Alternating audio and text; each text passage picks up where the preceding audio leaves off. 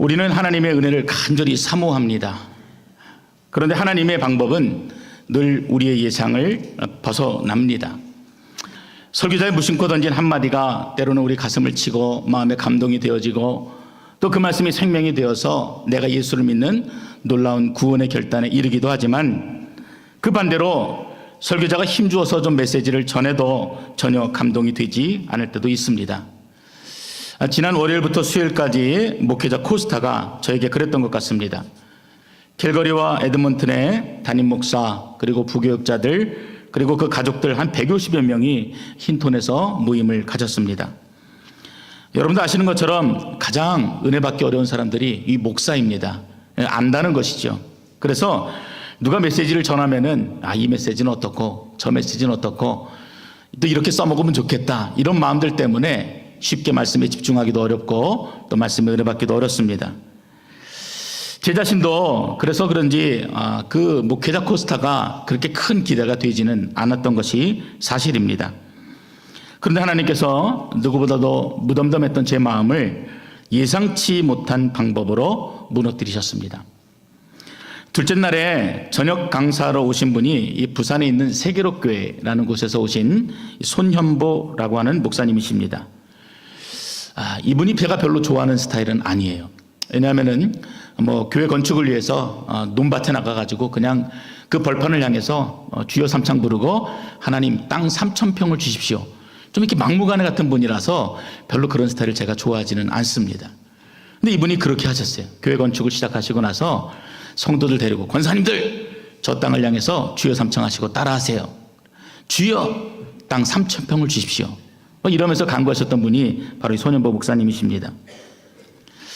이분이 그 교회에 처음 부임하실 때가 부산에 있는 아주 작은 이 도시에 20명밖에 안 되는 그런 교회였습니다.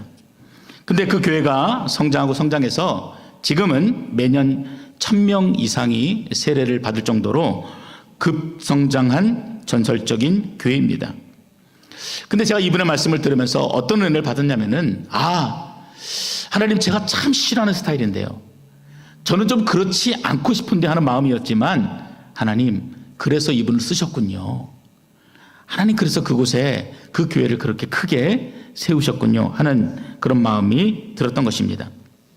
이분이 어릴 적에 너무나 가난했다고 해요. 그래서 집안에서 학교 보낼 형편이 되지 못하니까 형도 누나도 그냥 초등학교만 졸업하고 나서 바로 일을 내보낼 정도로 굉장히 가난했습니다. 그런데 손 목사님은 어찌어찌해서 본인이 노력하고 끈기도 있었겠죠. 그래서 대학 입학 허가증까지는 받았습니다. 근데 문제는 무엇입니까? 등록금을 내야 되는 것이에요. 그때 등록금이 60만 원이었는데 60만 원은커녕 단동 1,000원도 수중에 없었습니다.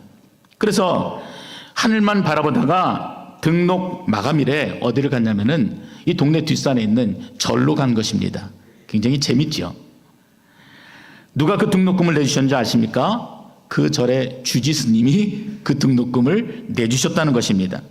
그뿐만이 아니라 통학할 수 있는 학비도 없으니까 그 절에 딸린 방 한 칸도 내주고 통학비도 내주고 매일매일 하얀 쌀밥에 각종 과일까지 풍성하게 먹였다는 것입니다. 때로는 당돌하게, 스님, 만약 오늘 세상을 뜨시면은 극락갈 자신이 있으십니까? 이렇게 묻기도 하고, 그러면 스님은 예수 잘 믿어서 좋은 부처가 되라, 이렇게 되받아쳤다고도 합니다. 근데 제가 이분의 이런 전설 같은 이야기들, 참 들어보지 못한 이야기다, 이런 이야기 때문에 감동을 받았던 것이 아니라 사실은 이분이 어떻게 예수님을 만났는가 하는 그 부분에서 저에게 큰 도전이 되었습니다. 이분이 하루는 교회를 방문하고 또 왔다 갔다 할 때 그런 마음이 들었대요. 참 내가 참 찌질이도 가난하다. 남들은 좋은 운동화 신고 다니는데 나는 여전히 검정 고무신을 신고 발냄새가 나서 교회 안에도 들어가지 못하면서 이렇게 새벽 예배를 드리고 있는 자신이 너무나 초라하고 부끄러웠답니다. 근데 무엇을 깨닫게 됐냐면은, 그럼에도 불구하고 하나님이 나를 만나주시고 그 하나님이 나를 자녀 삼아 주셨다는 것이 어느 날 깨달아졌다는 거예요. 그래서 그 사실을 안 순간 펑펑 우시고 눈물을 며칠 동안 쏟으면서 그 하나님의 사랑에 감격했다라는 것입니다.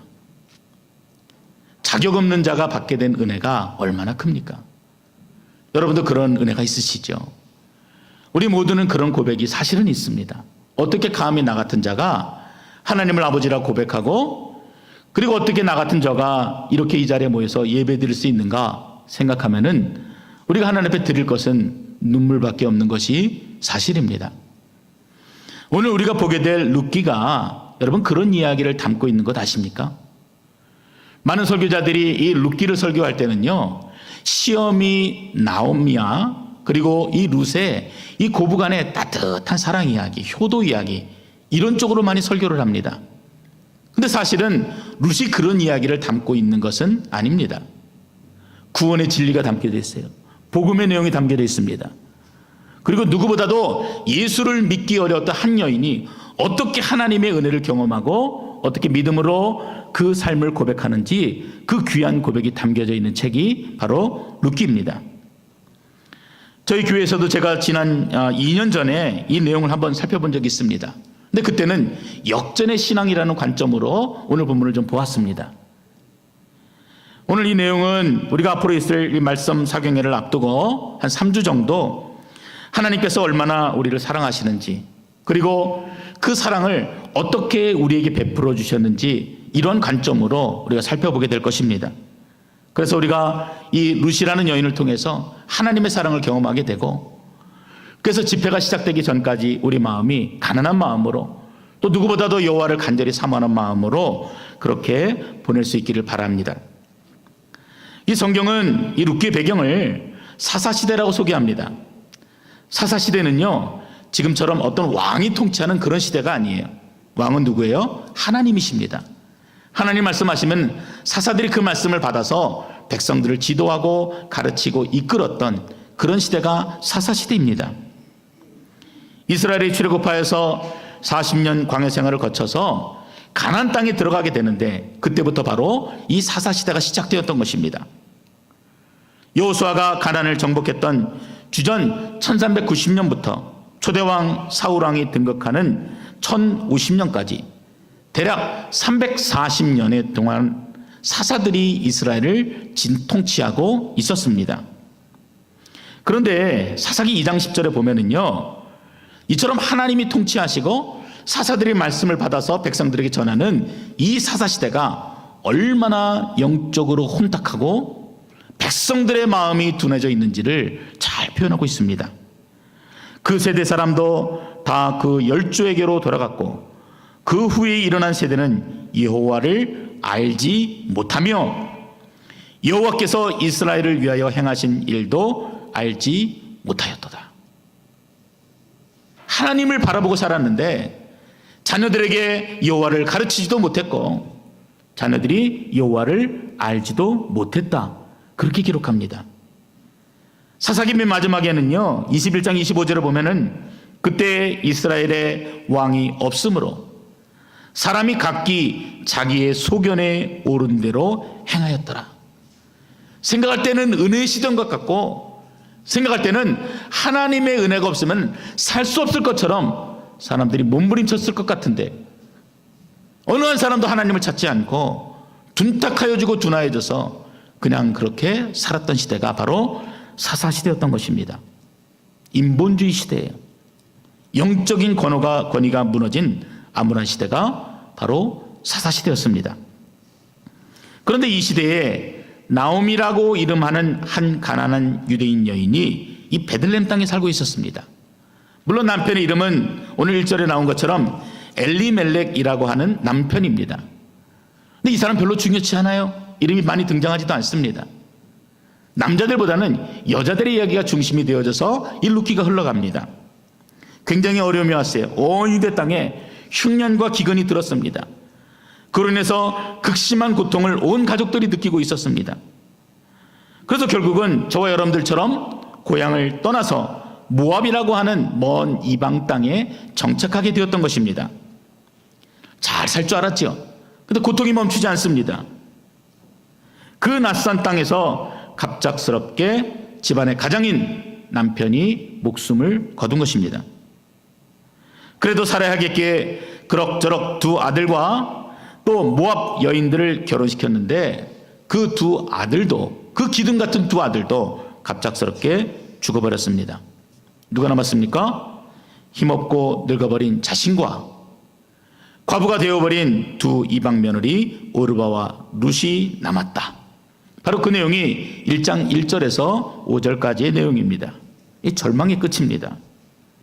이 시대 여성에게 있어서요, 남편이 갔다, 시아버지가 떠났다, 여자들만 모여있다, 이것은 전혀 희망이 없는 것을 이야기합니다. 절망이에요.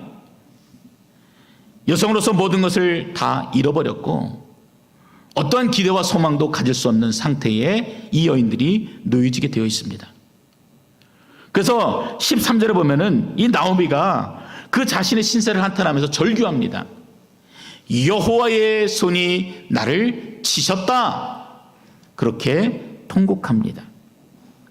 그런데 여러분 본문을 좀 읽어보다 보면은요, 우리에게 눈이 머무는 곳은 어디냐면은 누가 죽고 누가 아프고 누가 고통당하고 여기에 우리의 공감이 머무르게 됩니다. 왜요? 내가 힘드니까, 내가 어려우니까요.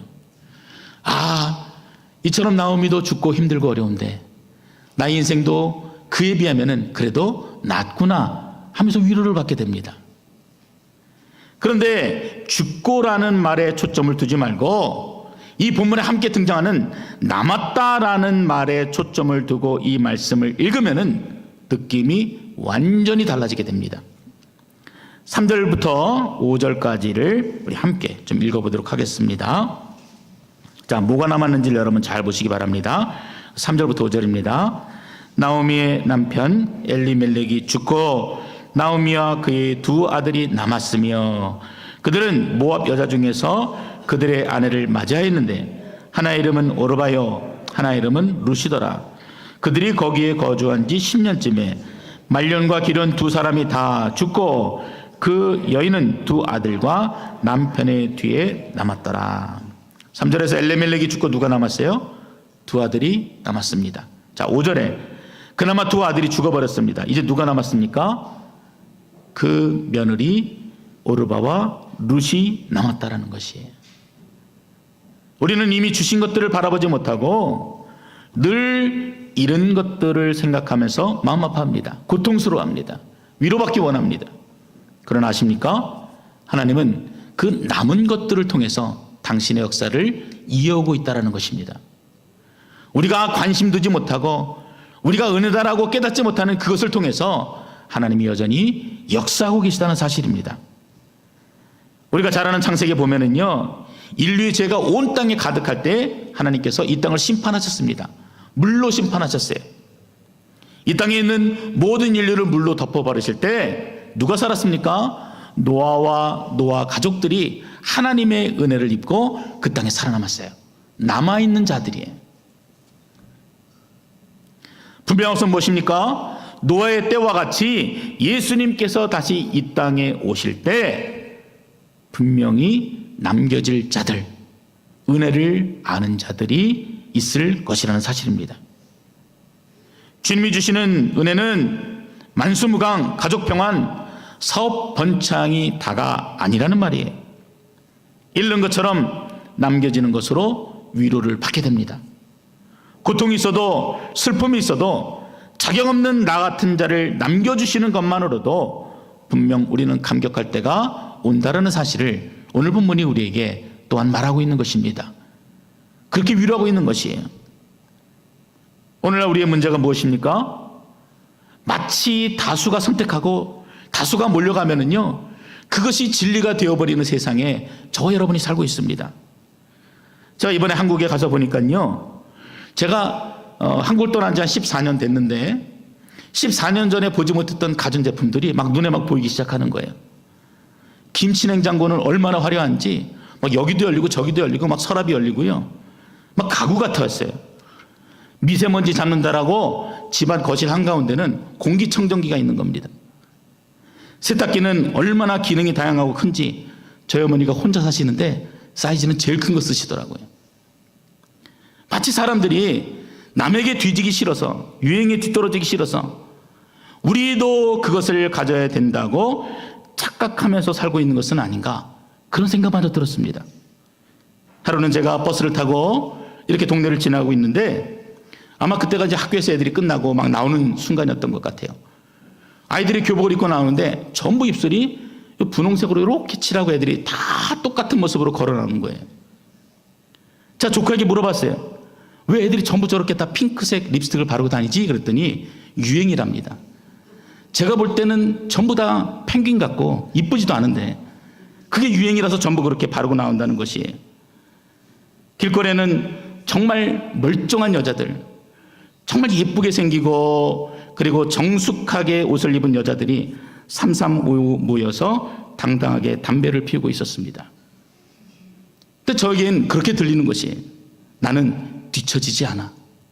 나는 평등해. 나는 저 사람보다 월등해. 저마다 그런 소리를 내고 있는 것 같은 그런 마음이 제게 들었습니다. 저는 이런 한국 사회의 모습을 보면서 너무 안타까웠어요. 정말 우리가 중요한 것, 영원한 것, 가치 있는 것, 그런 것들을 보지 못하고 이처럼 부질없는 것들에 목숨을 걸고 살아가고 있는 것은 아닌가. 우리 그리스도인들도 마치 그들과 함께 한 배를 탄 것처럼 동일한 마음으로 내게 잃어버린 것, 빼앗긴 것, 죽어버린 것들에 마음을 두고 안타까워하며 고통스럽게만 살아가고 있는 것은 아닌가, 그런 마음이 들었습니다. 여러분, 이럴 때 우리가 가지고 있는 문제를 해결할 수 있는 방법이 있습니다. 오늘 본문이 그 메시지를 우리에게 던져줘요. 여러분, 이 가정에 많은 어려운 문제가 있고 정말 감당할 수 없는 고난의 문제가 있고, 오늘 이 나오미와 룻의 가정 가운데 정말 주체할 수 없는 이런 심각한 위기의 상황 속에서 이 여인들이 했던 일들이 있습니다. 그것은요, 멈추고 그 자리에 주저앉아 버린 것이에요. 우리는 그런 사람들을 보고 뭐라 그럽니까? 실패자다라고 얘기합니다. 그들은 패배자야. 그들은 포기한 사람들이야. 달려야지. 멈추면 되겠어? 끝까지 달려야 돼. 그런데 이 여인들은 멈추었어요. 급하고 빠르게 달려왔던 그 인생의 시간들을 잠깐 멈추었습니다. 속도를 줄였습니다. 그리고 하나님의 섬세한 손길을 기다렸던 것입니다. 타이타닉호를 여러분 아시죠? 그 배가요, 너무 컸기 때문에 빠르게 움직이지를 못했어요. 빙산을 만났을 때 돌이킬 수 없어서 그렇게 침몰했던 것입니다. 여러분에게 위기가 있는 그 순간 우리는 잠시 멈추어야 돼요. 그리고 무엇 해야 됩니까? 그냥 그 멈춘 그대로 있는 것이 아니라 나에게 세밀하게 들려주시는 그분의 음성을 들을 수 있어야 합니다. 그분은 분명히 내게 말씀하시거든요. 왜 너에게 고난을 주는지, 왜 너에게 이처럼 긴 어둠의 터널을 지나게 하셨는지를 말씀해 주시는데 우리가 그것을 들으려 하지 않기 때문입니다. 그리고 우리는 곰곰이 생각해 보아야 합니다. 첫째는 내가 누구를 믿고 살 것인가? 둘째는 내가 누구와 함께 살 것인가? 셋째는 내가 무엇을 하며 살 것인가? 이 세 가지를 결정하는 가장 중요한 기준이 우리의 가치관이고 세계관입니다. 이 선택은 우리에게 너무나 중요해요. 인생의 목적을 결정하고 방향을 결정하기 때문에 그렇습니다. 이 중에서 제일 중요한 선택은 무엇이냐면은 내가 누구를 의지하며 살 것인가를 결정하는 일입니다. 이것을 다른 말로 하면은 신앙의 선택, 이렇게 말합니다. 공덕을 쌓아서 부처가 될 것인가? 아니면은 예수를 믿어서 하나님의 자녀로 살 것인가? 이 결정을 우리가 해야 된다는 것입니다. 6절에 보니까 나오미가 떠나왔던 그 조국 땅에도 흉년이 끝났다는 소문이 들려옵니다. 풍년이 들었다는 소식이 들려왔어요. 그래서 나오미가 결정을 하게 됩니다. 당연한 수순이지요. 지금 이 모압 땅에서는 내가 기대할 수 있는 것이 아무것도 없고 소망을 둘 것이 아무것도 없기 때문에 풍년이 들은 고향 땅, 내 부모가 있고 내 친구들이 있고 가족들이 있는 저 고향 땅으로 돌아가는 것은 어쩌면 이 나오미에게 있어서는 당연한 선택입니다. 근데 문제가 있어요. 나는 그렇게 결정할 수 있는데 나와 함께 살고 있는 이 두 이방 며느리 오르바와 룻이 문제입니다. 나오미는 이들의 상황과 처지를 충분히 이해하고 공감할 수 있었습니다. 그래서 이렇게 이야기합니다. 나는 늙었다. 이제 내 고향, 내 조국 땅으로 돌아가서 짧은 여생을 고향 땅에서 몸붙여 살다가 하나님이 나를 부르실 때 그렇게 그 땅에 묻혀 버리고 싶다. 근데 너네들은 조금 다른 것 같구나. 나의 고향이 너희들에게는 낯설을 것이야. 내가 믿는 하나님이 너에게는 다를 것이야. 남편도 없는 객지에서 나 같은 시어미를 기대하고 살지 말고 마음대로 너네들 생각대로 떠나거라. 이런 이야기를 며느리들에게 들려주었던 것입니다. 굉장히 따뜻하게 그 말을 전해주었던 것 같아요. 본문을 읽어보면은 정말 이 며느리들을 딸같이 생각하는 이 시어미의 마음이 잘 표현되어져 있습니다. 몇 번을 아마 간곡하고 몇 번을 권면했을 것이에요. 결국엔 두 며느리 중에 하나인 오르바가 슬픔의 작별 인사를 하고 자기의 나라 모압 땅으로 돌아가게 됩니다. 고향으로 돌아가 버렸어요. 그런데 다른 한 며느리 룻은 그 마음을 바꾸지 않는 것입니다. 15절에서 나오미는 룻에게 이렇게 다시 말합니다. 보라, 네 동서는 그의 백성과 그의 신들에게로 돌아가나니 너도 너의 동서를 따라 돌아가라. 이 나오미의 권유는 결코 단순한 거칠애가 아니었습니다. 겉으로는 홀로 된 며느리를 보는 안타까움, 그리고 사회적 통념을 따라 남들도 그러했던 것처럼 자연스럽게 흘러가라 이렇게 말하는 것처럼 보이지만 여기에는 아주 중요한 의미가 담겨져 있습니다. 나오미의 의도가 그러했던 것 같아요. 겉으로 드러내지 않는 이 나오미의 이 며느리들을 향한 사랑의 마음이 담겨져 있는 그러한 권면이었습니다. 먼저 8절에 보면은 두 며느리에게 이렇게 말합니다. 너희는 각기 너희 어머니의 집으로 돌아가라. 너희가 죽은 자들과 나를 선대한 것 같이 여호와께서 너희를 선대하시기를 원하며 여호와께서 너희에게 허락하사 각기 남편의 집에서 위로를 받게 하시기를 원하노라. 지금 이방 며느리에게 무엇을 기대합니까? 내가 믿고 있는, 내가 알고 있는 하나님께서 너희들에게도 동일한 은혜와 사랑 주기를 원한다는 그 어미의 마음이 담겨 있습니다. 그리고 15절에 보면은 오르바가 그랬던 것처럼 너도 너의 신에게로 돌아가라. 냉정한 것 같지만 이 메시지에는 분명 이 룻을 향한 신앙의 선택을 말하고 있는, 분명히 결정해야 될 인생의 중요한 순간이 되었다는 것을 말해주는 어머니 나오미가 등장하는 것입니다. 사실 결혼하기 전에 룻이 알았던 신은요, 모압의 신인 그모스였습니다. 그러나 믿음의 가정에 들어와 살면서 누구를 알게 된 것입니까? 하나님을 알게 되었어요. 잘은 모르겠지만 그들이 믿는 하나님이 어떠한 하나님인지를 조금은 깨닫게 되었고, 그리고 그들이 어떻게 하나님을 섬기며 살고 있는지를 보고 깨닫게 되었습니다. 하나님을 알게 된 것이에요. 그런데 더 정확하게 표현하자면은 시어머니 나오미의 하나님을 경험한 것입니다. 그리고 그 가족들의 하나님을 경험한 것이에요. 내가 그 하나님을 경험했다고는 얘기할 수가 없어요. 제가 경험한 하나님, 보았던 하나님은 제가 그동안 알고 믿어왔던 그모스와는 사뭇 달랐습니다. 그모스는 황소의 형상을 하고 있는 모압의 신이에요. 어린아이를 통째로 제물로 드릴 때 받는 신입니다. 여인들을 산제물로 받고 드리는 그런 신입니다. 그런데 이 시어머니 나오미 하나님은요, 자신이 알고 믿었던 신과는 너무나 달랐어요. 분명 그 하나님이란 분이 이 가정에 너무나 어려운 문제를 주는데 가족들은 오히려 감사합니다. 끝도 없는 고통의 시간들이 이어지고 절망뿐인데 오히려 그 가운데서도 희망을 노래하고 있는 이 나오미의 모습이 이 며느리 룻에게도 보였던 것이. 그리고 무슨 순간이 온 것입니까?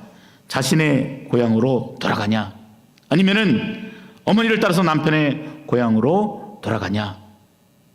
그것이 아니라 내가 앞으로 누구를 의지하며 살아야 하는가 결정할 때가 드디어 된 것입니다. 누구를 통해서요? 어머니 나오미를 통해서 그 초청을 받은 것이. 우리의 자녀들에게도 우리가 그것을 기대하는 것 아니겠습니까? 우리는 자격 없는 자가 하나님을 만나는 놀라운 은혜를 체험했는데, 내가 받은 이 은혜가, 내가 받은 이 감격이 우리 자녀들의 입술을 통해서도 동일하게 고백되어지기를 우리가 소망하는 것 아니에요? 그래서 아이들을 열심히 주일학교에 데려옵니다. 그리고 아침마다 기도해요. 무엇을 기도합니까? 하나님, 오늘도 이 아들이 부모의 손에 이끌려서 교회에 왔지만 하나님, 이들이 뜨겁게 하나님 만나기 원해요. 변화되어지기 원해요. 영접하기 원해요. 생명의 주님을 만나고 그 삶이 달라지기를 원해요. 그 기도를 우리가 아침마다 하게 됩니다. 나오미가 그랬던 것 같아요. 아무런 소망 없는 이 두 며느리에게 그 전능하신 하나님을 결정할 수 있도록 권면하였던 것 같습니다. 하나님인지 그모스인지 신앙의 결단을 요구합니다. 머릿속에만 머무는 하나님인지 아니면은 날마다 우리의 삶에 동행하시는 하나님인지 결단하기를 권면합니다. 더 정확히 말하면은, 자, 너가 이제까지 보았던, 그리고 안다고 생각했던 하나님은 나의 하나님이야. 우리 가정의 하나님이야. 우리 이스라엘 민족의 하나님이야. 근데 그 하나님이 너의 하나님은 아니야. 이제는 너가 결정해야 될 때가 되었다. 이제는 너의 그 신앙의 결단으로 너의 믿음을 내게 보여다오. 그게 어머니 된 마음이었어요. 여러분의 하나님은 누구의 하나님이십니까? 이 자리에 앉아있다 보면은요, 마치 옆에 있는 분의 신앙이 내 것처럼 착각이 될 때가 있어요. 옆에 분이 아멘 아멘 하고 앞에서 목사님이 소리질러 막 설교하니까 마치 그 메시지가 내 메시지처럼 그렇게 오해될 때도 있습니다. 근데 오늘 본문을 통해서 우리가 깨닫는 것은 무엇입니까? 이것은 내가 경험해야 될 문제라는 것이에요. 내가 고백해야 될 고백이라는 것입니다. 누구를 통해서 강제적으로 이렇게 되어지는 것이 아니라 이제는 스스로 우리가 결단하며 하나님 앞에 무릎 꿇어야 된다는 것을 말하고 있어요. 지금 룻은 그 신앙의 결단 앞에 서 있는 것입니다. 형님 오르바는 과거를 선택하고 떠나버렸지만 나는 그러지 않겠다. 나는 혼자 남았다. 나를 지켜줄 수 있는 모든 것이 다 떠나버렸다. 여전히 나는 그 모습을 섬길 것인가? 아니면은 시아버지 남편을 데려가셨지만 오히려 감사하고 있는 시어머니의 하나님을 선택할 것인가? 그때가 온 것이에요. 자, 오늘 본문 16절과 17절에 룻의 결정이 이렇게 기록되어져 있습니다. 여러분은 본문을 좀 보시고 저는 여러분들에게 좀 이해를 돕기 위해서 표준 세번역이라는 번역으로 좀 읽어드리겠습니다. 자, 이 내용을 여러분들 들으실 때 우리가 감동해야 돼요. 자, 먼저 이해할 것은 이 여인이 이방 여인, 하나님을 모르는 여인이라는 것입니다. 근데 이 여인이 어머니의 권유를 받고 어떻게 마음의 결정을 하는지 우리가 그 마음을 따라가겠습니다. 자, 제가 읽겠습니다. 나더러 어머님 곁을 떠나라거나 어머님을 뒤따르지 말고 돌아가라고 강요하지 마십시오. 어머님이 가시는 곳에 나도 가고 어머님이 머무시는 곳에 나도 머물겠습니다. 어머님의 결례가 내 결례이고 어머니의 하나님이 내 하나님입니다. 어머님이 숨을 거두시는 곳에서 나도 죽고 그곳에 나도 묻히겠습니다. 죽음이 어머님과 나를 떼어놓기 전에 내가 어머님을 떠난다면 주님께서 나에게 벌을 내리시고 또 더 내리신다 하여도 달게 받겠습니다. 대단하지 않습니까? 평생을 하나님을 미뤄왔던 집안의 여인의 고백이 아니라 하나님을 전혀 몰랐던 이방 여인이 모든 것을 다 잃어버리고 희망조차 없는 그 순간에 하나님을 향해서 이렇게 고백하고 있는 것이, 마태복음 16장에 예수님께서 제자들에게 묻습니다.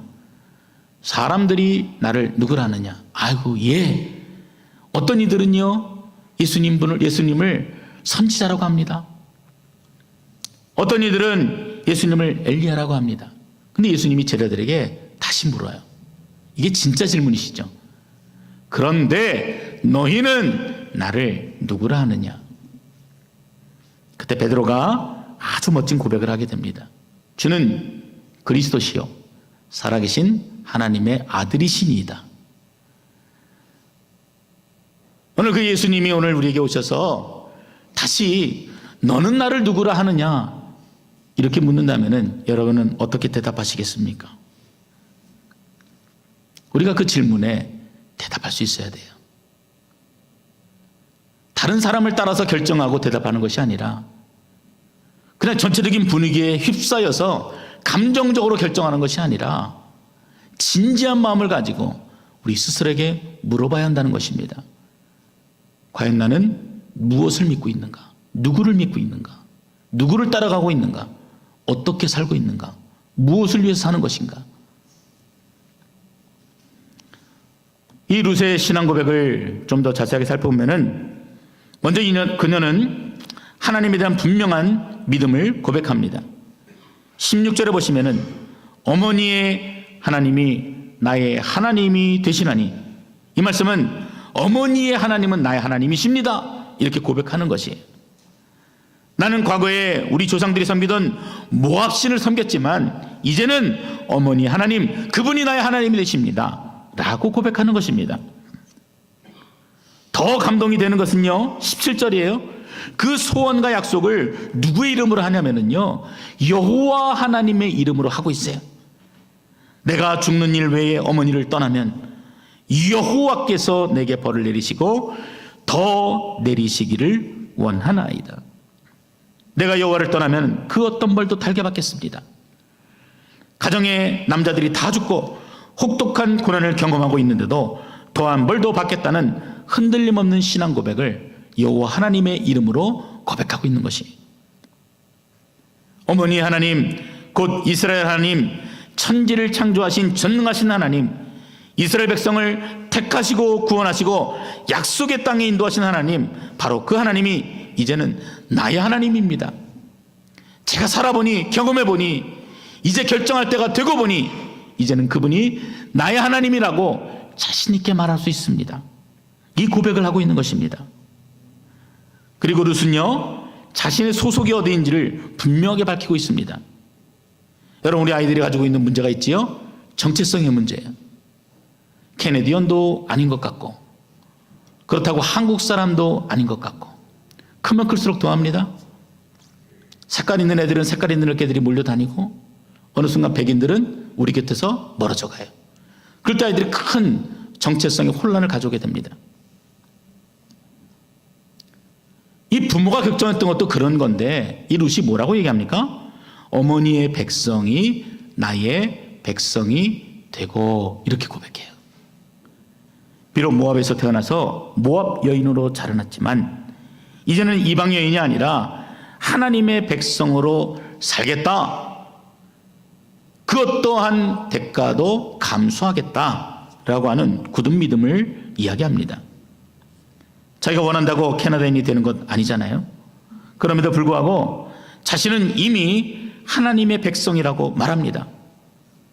개별적인 신앙이 체험되지 않고서는 결코 고백할 수 없는 내용을 이 이방 여인이 끊임없이 말하고 있는 것이, 그리고 마지막으로 무엇을 얘기하냐면은 어머니께서 죽으시는 곳에서 나도 죽어 거기 장사될 것입니다. 더 쉽게 얘기해 볼까요?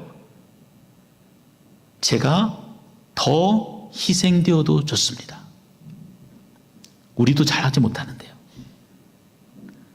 죽어도 좋습니다. 죽고 사는 문제 하나님의 손에 맡겨드립니다. 그 얘기잖아요. 나는 손해를 보아도 좋습니다. 그 땅에서 내 몫을 차지하지 못해도 좋습니다. 남편 없이 평생을 살아도 좋습니다. 나의 생사화복의 문제, 이 문제를 하나님께 맡겨드립니다. 어떻게 이 이방 여인의 입에서 이런 헌신의 고백까지 이어질 수 있었을까요? 저는 오늘 여러분들에게도 다시 한번 도전하고 싶습니다. 주님과 함께가 아니면은 제 인생이 아무런 의미가 없습니다. 주님과 영원히 동행하는 삶을 허락해 주십시오. 이 고백이 여러분들의 고백이 되시기를 주의 이름으로 축원드립니다. 그것이 있을 때 우리에게 의미가 있어지는 것이에요. 이 고백이 되어질 때 주님이 가시는 길이 십자가 골고다 언덕일지라도 제가 그 길을 따라가겠습니다. 그 진실한 헌신과 결단이 이어질 수가 있는 것입니다. 주님이 계신 곳이 초막이나 궁궐이나 그 어디나 하나님의 나라인 것을 내가 믿습니다.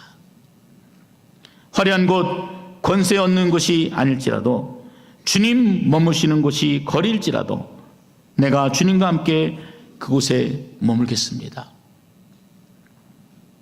이 고백이 오늘 본문이 루시 우리에게 들려주는 귀한 믿음의 고백이고 또 오늘 저와 여러분이 마음을 가지고 정해야 될 귀한 믿음의 결단이 되어지는 것입니다. 사랑하는 성도 여러분, 안다고 교만하지 마십시오. 나는 이미 확신 가지고 있고 나는 이미 오랫동안 신앙생활 하였다. 그 자리에 머물려 하지 마십시오. 끊임없이 스스로에게 질문을 던지시고 혹 내가 서 있는 이 자리가 교만의 자리는 아닌지 무감각의 자리는 아닌지 헌신이 아니라 끌고 가려고 하는 교만의 자리는 아닌지 늘 돌아보시면서 주님의 일을 도모하시기를 바랍니다. 오늘 주님이 우리에게 요구하세요. 개인의 고백을 요구하십니다. 과연 나는 누구의 아들인가? 누구의 자녀인가? 과연 나는 어디에 속해 있는가? 과연 나는 어떤 헌신과 결단을 하나님께 드리고 있는가? 은혜를 입은 자의 충만한 고백이 이 베델에 속한 모든 소속 가족들 머리머리 위에 언제나 넘치시기를 주님의 이름으로 축원드립니다. 기도하겠습니다. 아버지 하나님, 참으로 중요한 질문들을 우리에게 던져봅니다. 우리는 늘 죽은 것, 피해 입은 것, 없는 것, 사라진 것, 깨어진 것, 다친 것, 망한 것, 이런 것들의 생각이 머물러 있지만 오늘 본문은 우리에게 남겨두신 것을 보여주시고 또 우리에게 귀한 믿음의 결단을 말씀하십니다. 하나님, 주님만이 나의 유일한 소망이 되게 하여 주시옵소서. 주님만 바라보며 살게 하시고 하나님, 루시 주님을 간절함으로 고백하며 어떤 희생과 대가도 감수했던 것처럼 주님을 따르는 길에 놓여져 있는 많은 어려움들도 우리가 기꺼이 감당하며 우리에게 주어진 십자가를 넉넉히 지고 가는 은혜의 사람들이 되어줄 수 있도록, 귀한 결단이 되어줄 수 있도록, 아직도 예수 그리스도를 마음에 두지 못한 자들에게는 그 하나님을 나의 하나님으로 고백할 수 있는 귀하고 복된 시간이 될 수 있도록 은혜를 더하여 주시옵소서. 예수님의 이름으로 기도드렸습니다. 아멘.